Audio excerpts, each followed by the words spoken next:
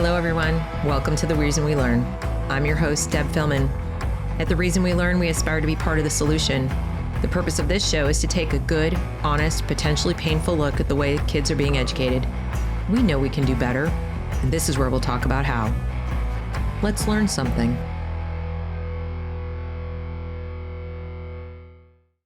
Today, I want to talk to you a little bit about co-parenting with the government.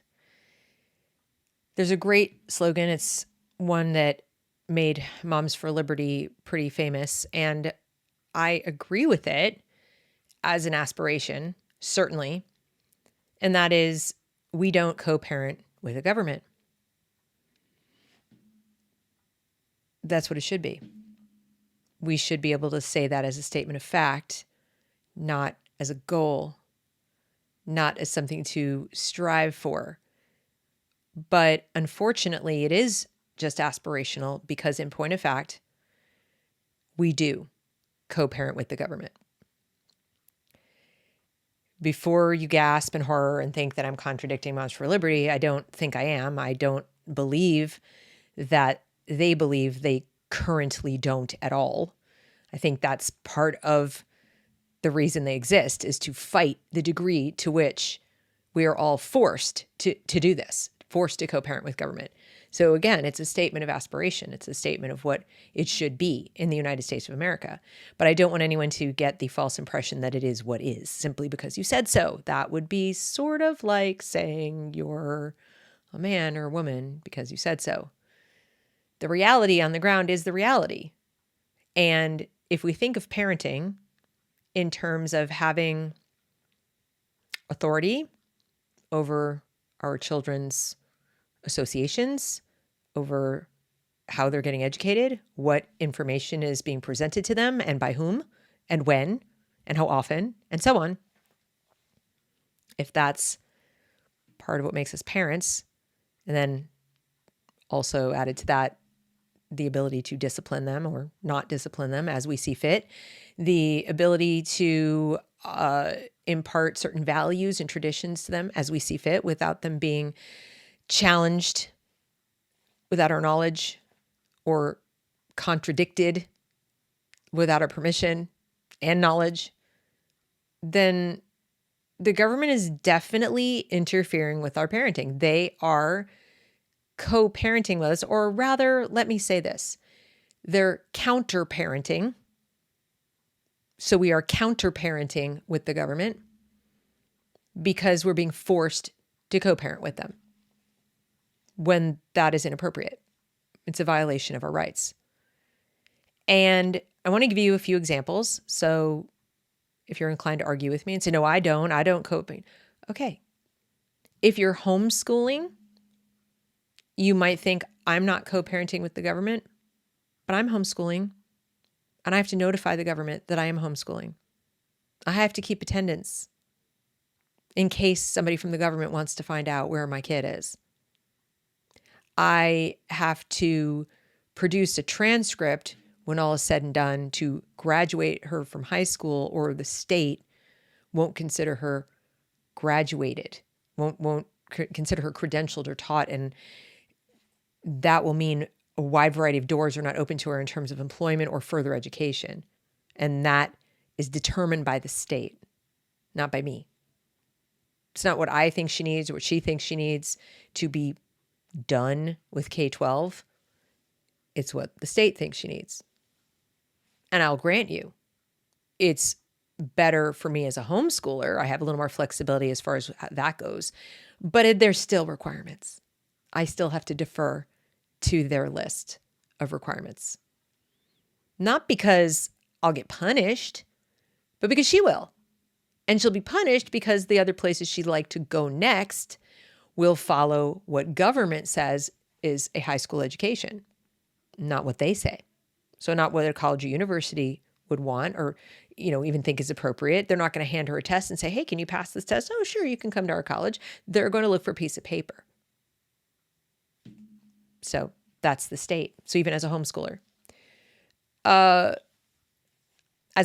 don't have to get those regular you-know-whats, but those of you who put your kids in school do.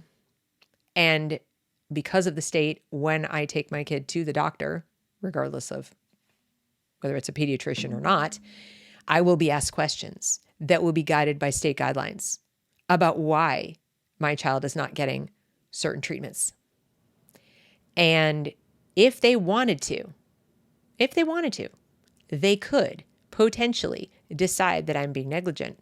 I'm rapidly getting to a point where my child is of an age where she can say for herself, I don't want this. Just like, those little 8 and 9-year-olds are currently saying what they do want put into their bodies or done to their bodies. So odd that my 15-year-old would need to, assert herself to say, I don't want this put in my body, and possibly still be questioned, or I might still be questioned. But an 8 or 9-year-old can say, make permanent changes to my body. And no matter what I'd say, it wouldn't be considered relevant. But I'm going off on a tangent here. That medically, we are effectively counter-parenting with the government because they are de facto co-parenting with us by their decree. Now let's take a look at education. Let's get right down to brass tacks. You're paying for it, even before you had kids. Even before you had kids. If you're currently a parent. If you don't have any kids, guess what? You're co-parenting with all the parents who are co-parenting with the government because you're having to pay for other people's kids to get an education. And I know there are many of you who are going to say, but that's in society's best interest. Is it? Doesn't it depend on a lot of things? Doesn't it depend on what the education is that you're paying for? Is it in your best interest for the children of America to be taught things that will run counter to your best interests as a person, as an adult, as a citizen, as a taxpayer? Is it a de facto benefit? No, it's not. That's up for discussion. That's up for debate as to whether it's a net good for society. And whose society? What segment? How big does the society have to get before it's a net good? If it's not good for you, the individual who has your money taken from you to pay for it, then it's not good. And you're being forced to do it. Those of us who are parents, because we do have the responsibility of ensuring that our children get educated for their own good, because we're responsible for them. We took that on when we became parents. It is our responsibility. And I'm not talking legal, moral, ethical responsibility, but also legal responsibility to make sure that they are educated. Even if schooling were not compulsory, I don't think anyone would deny that we parents are responsible for our children. And we're responsible to feed them and house them and clothe them and take care of their health and educate them. But how can we decide to do that when the government comes in and makes the first decision and says, we're going to take money from you out of your budget that you could otherwise use to pay for the education of your children? We're going to use it your whole working life from the time you're 16 or so when you get your first job. And we're going to use it to pay for the education of other people's children. And we're also going to take it for the education of your children. So now you're operating with that much less in your budget to begin with, even though you're responsible for getting them an education. But don't worry, we'll take that over for you and you can go to this school that we've assigned you to. So your kids can be taught by the teachers we've assigned them to, amongst the kids we've assigned them to be with. And you're going to have to fight like hell to get them moved to a different teacher, a different school, a different group of peers, if you could even do that, because it would depend on how many other schools there are, which of course is also a function of how many dollars have been pulled out of the marketplace for education that could have been used to create other schools that are free and clear from the government's dictates and oversight and direction and so forth. So you're paying for it. So you're co-parenting with them. So when you say I don't co-parent with the government, it's like, well, you actually are co-parenting with the government. What you're saying to me is I want to counter-parent, or actually I would rather not counter-parent with them anymore. I just want to parent. And I don't want to have the government alongside for the ride. Worst of all, I don't want the government in a superior position to me, which is where we are now. So even saying co-parent is a bit of a stretch, because that would mean we're co-equal. And we're not. They have police power, and we don't. In California, if the government decides that you're not affirming your child, and that's a problem for them, they have police power to take your child. That's not the law. And believe it or not, it's really actually the law in many other states. It just hasn't been codified. It's just the way the courts have expressed a preference so far. If you recall, the pediatrician who wanted to transition her son, the father fought against it. The mother won. This was a custody battle. I believe this was in Texas. So even though it wasn't a law in the books to favor the mother, that was the preference, and that's the way it went. So can that father say that he's not co-parenting with the government? And like I said, I think co is a stretch. Not co-parenting is an aspiration, but even co-parenting at this point would be an aspiration. Returning us to the point where we have equal standing at the very least with the government on what our kids are taught and not taught. If we didn't have to go to school board meetings and yell and scream to please get pornography out of the school library and classrooms, then I think we could safely say we were co-equal with the government. But the fact that we have to fight and beg and plead and threaten and cajole and beg legislators, etc., we're begging, we're pleading, we're lobbying, we're protesting. Does that sound like co-equal partners in this? No, they're exercising superior power over us. And it goes all the way up. It goes all the way up to colleges. Even our new adult children, the young adult children that we have, they're over 18. They're adults in their own right, and they are subservient to government when they go to college. And the college says, we're observing the government's regulations or the government's recommendations about certain treatments that we are going to mandate that you have so you can go to the classes that you are paying for. And you might say, well, some are on scholarship. Okay. So let's pull out the ones who are on full scholarship. The vast majority of students are paying either through loans or tuition or jobs or all of the above. And they're also paying with their time. They're adults. They could be out in the working world earning, but they're not. They're putting their adult lives a little bit on hold to go get an education while enriching the government because they're borrowing money from the government. So when they pay it back, it's going back into the government's purse. Even though the government doesn't have money, they're taking it and then they're amassing it to spend as they see fit.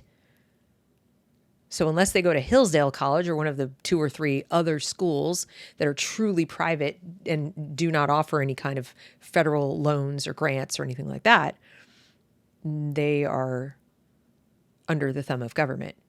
And to the extent that you are still parenting them or helping to pay for it or housing them when they're home on vacation, you two are still co-parenting with the government, or rather counter-parenting with the government. So let me back up. And let's repeat the terms. The original phrase is, we don't co-parent with the government. Sadly, you do. Except you don't co-parent. You have to counter-parent because they're parenting in a way you would not parent.